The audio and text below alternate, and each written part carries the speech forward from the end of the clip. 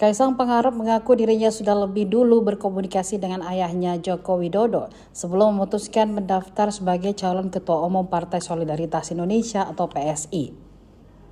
Kaisang diketahui mengantongi dukungan dari 10 DPW dan 75 DPD PSI untuk maju sebagai calon Ketua Umum. Ia menyebut komunikasi dengan Jokowi dilakukan saat dirinya berada di Solo dalam sepekan terakhir. Dalam pembicaraan tersebut, Kaisang memastikan Jokowi tidak akan mencalonkan diri sebagai Ketua Umum PSI. Ia menyatakan tidak mungkin terjadi persaingan antara anak dan ayah dalam satu partai.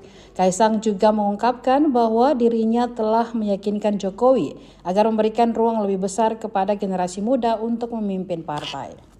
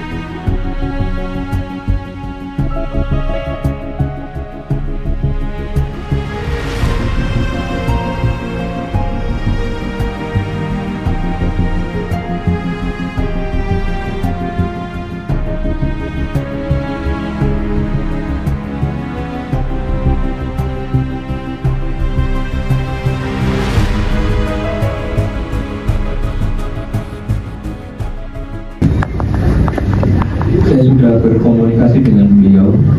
Saya sudah 1 minggu ini di Solo dan baru saja tadi mendarat pukul 3. Jadi mengenai beliau akan menjadi ketua umum atau tidak, itu sudah kami obrolkan di seminggu terakhir ini. Nggak mungkin juga anak sama bapak saling berkompetisi.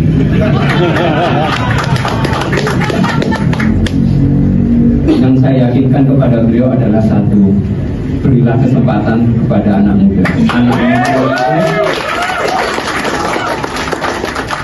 Anak muda itu bukan pemimpin masa depan, anak muda itu pemimpin masa kini.